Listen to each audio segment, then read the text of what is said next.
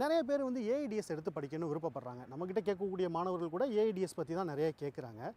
Experts அதில் நிறைய சிக்கல்கள் இருக்கிறது அப்படின்னு சொல்கிறாங்க. எதெல்லாம் வச்சு சார் ஒரு காலேஜை வந்து ஐடென்டிஃபை பண்ணணும்? ஏஐக்கு மட்டும் என்ன சார் புதுசாக அந்த இன்ஃப்ரா நல்லா இருக்கணும், அது நல்லா இருக்கணும் அப்படின்லாம் சொல்கிறாங்க. என்னென்ன விஷயங்கள்லாம் அந்த காலேஜில் இருக்கணும் சார்?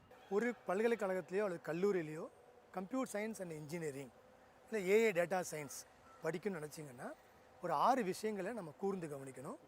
ஒன்று வந்து பார்த்திங்கன்னா தர சான்றிதழ், அக்ரெடிடேஷன் அப்படிம்பாங்க. ரெண்டாவது கரிக்குலம், ரெண்டாவது வந்து கரிக்குலம். மூணாவது வந்து பார்த்திங்க அப்படின்னா இன்ஃப்ரா, என்ன மாதிரியான கம்ப்யூட்டர் லேப் ஃபெசிலிட்டிஸ் இருக்குது அப்படிங்கிறது. நாலாவது வந்து பார்த்திங்க அப்படின்னா அவங்களுடைய ஃபேக்கல்ட்டி ப்ரொஃபைல். ஓகே.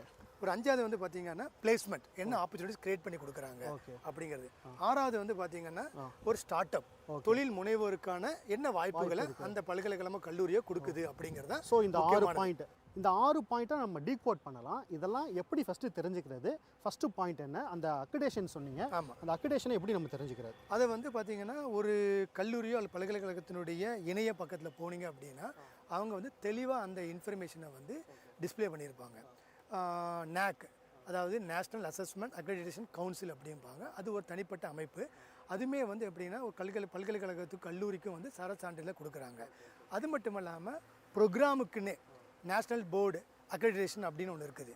ஓகே, அந்த அமைப்பு வந்து என்னென்னா ப்ரோக்ராமுக்குன்னே, for example BTech computer science, AI data science, இந்த மாதிரி செவரல் ப்ரோக்ராமுக்கு மெக்கானிக்கல், எலக்ட்ரிக்கல் எல்லா ப்ரோக்ராமுக்குமே NBA கொடுக்குறாங்க. அதையும் நம்ம பார்த்து தெரிஞ்சுக்கலாம். உலக தர சான்றிதழ் இருக்குது. அது வந்து பார்த்திங்கன்னா QS வேர்ல்டு ரேங்கிங் அப்படிம்போம். அதையும் நம்ம பார்த்துக்கலாம்.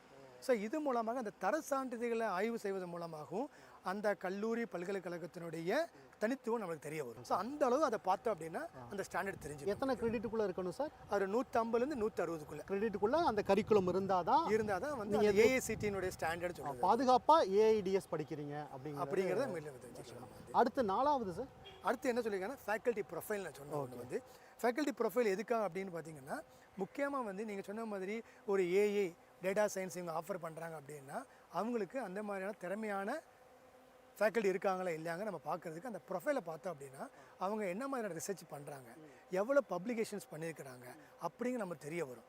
கிட்டத்தட்ட நீங்கள் வந்து ஒரு டாக்டர்கிட்ட போகும்போது டாக்டர் வந்து என்னென்ன பண்ணியிருக்காரு, எந்த துறையோட நிபுணர் அப்படி அது மாதிரி தான் காலேஜில் பேராசிரியர் ஸ்பெஷலைசேஷன் இருக்குது ஆக்சுவலாக. ஆனால் நிறைய கல்லூரியோட வெப்சைட்டில் அப்படிலாம் இருக்குமா சார்?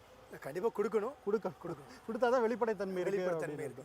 ஓகே, அடுத்து 5வது பாயிண்ட் சார். அடுத்து வந்து பார்த்தீங்கன்னா கம்ப்யூட்டர் ஃபெசிலிட்டிஸ், இன்ஃப்ராஸ்ட்ரக்சர். வந்து இன்றைக்கி கம்ப்யூட்டர் ஃபெசிலிட்டிஸை பொறுத்த வரைக்கும் நிறைய காலேஜ் போனோம்னா பெரிய லேப் இருக்கும், கம்ப்யூட்டர்ஸ் நிறையா இருக்கும், ஸ்டூடெண்ட்ஸ் உட்காந்து டைப் பண்ணிகிட்டு இருப்பாங்க. அப்போ அங்கே நல்ல இன்ஃப்ரா இருக்குன்னு தானே அர்த்தம். இப்போ ஃபார் எக்ஸாம்பிள் ஏஐ டேட்டா சயின்ஸை வந்து ஆஃபர் பண்ணுறாங்க அப்படின்னா அந்த மாதிரியான கோர்சஸை ஹேண்டில் பண்ணுற அளவுக்கு திறமையான ஒரு மிஷின்ஸ் இருக்கா, அந்த கேலிபருடைய மிஷின்ஸ் இருக்கான்னு நம்ம தெரிஞ்சுக்கலாம்.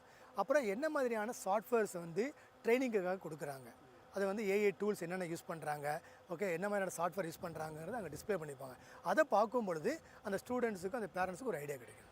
ஓகே, ஸோ 6வது பாயிண்ட் சார். அதுக்கப்புறம் வந்து பார்த்திங்கன்னா உங்களுக்கு பிளேஸ்மெண்ட் ஆப்பர்ச்சுனிட்டி சொன்னேன் நான். அந்த பிளேஸ்மெண்ட் ஆப்பர்ச்சுனிட்டி என்ன அப்படின்னு பார்த்தீங்கன்னா அந்த இணைய பக்கத்தில் என்னென்ன இண்டஸ்ட்ரீஸ் வந்து பிளேஸ்மெண்ட்டுக்கு வராங்க, ஓகே, எவ்வளோ பேர் அவங்க வந்து நம்ம சூஸ் பண்ணியிருக்கிறோம், அந்த பர்சன்டேஜ் ஆஃப் பிளேஸ்மெண்ட் என்ன, இதெல்லாம் நம்ம வந்து கண்டிப்பாக தெரிஞ்சுக்கணும். ஸோ எத்தனை இண்டஸ்ட்ரி வராங்க, regular offer, dream offer, super dream offer, package வந்து ஆவரேஜாக எவ்வளோ கிடைக்குது. இப்போ ஒரு கம்ப்யூட்டர் எடுத்திங்கன்னா ஒரு ஆவரேஜாக 10.5 lakhs per annum அப்படிங்கிறது தான் இப்போ இருக்க சூழ்நிலை இருக்குது. ஸோ இதெல்லாம் கண்டிப்பாக தெரிஞ்சுக்கணும். அடுத்து என்னென்னு பார்த்தீங்கன்னா உங்களுக்கு முக்கியமானது வந்து இப்போ ஜாப் சீக்கர் அப்படிங்கிறது போய் ஜாப் ப்ரொவைடர் மாதிரி ஆகுறாங்க. அப்போ என்ன ஆகுது அப்படின்னா என்கிட்ட ஒரு நல்ல ஐடியா இருக்குது, அஸ் அ ஸ்டூடெண்ட்டை என்கிட்ட ஒரு நல்ல ஐடியா இருக்குன்னா இந்த ஐடியாவை எப்படி அடுத்த நிலைக்கு நான் எடுத்துகிட்டு போகுது, அதுக்கு அந்த மேனேஜ்மெண்ட் எனக்கு என்ன மாதிரியான ஆப்பர்ச்சுனிட்டிஸ் கொடுக்குது அல்லது எப்படி சப்போர்ட் பண்ணுதுங்கிறது ரொம்ப முக்கியமானது.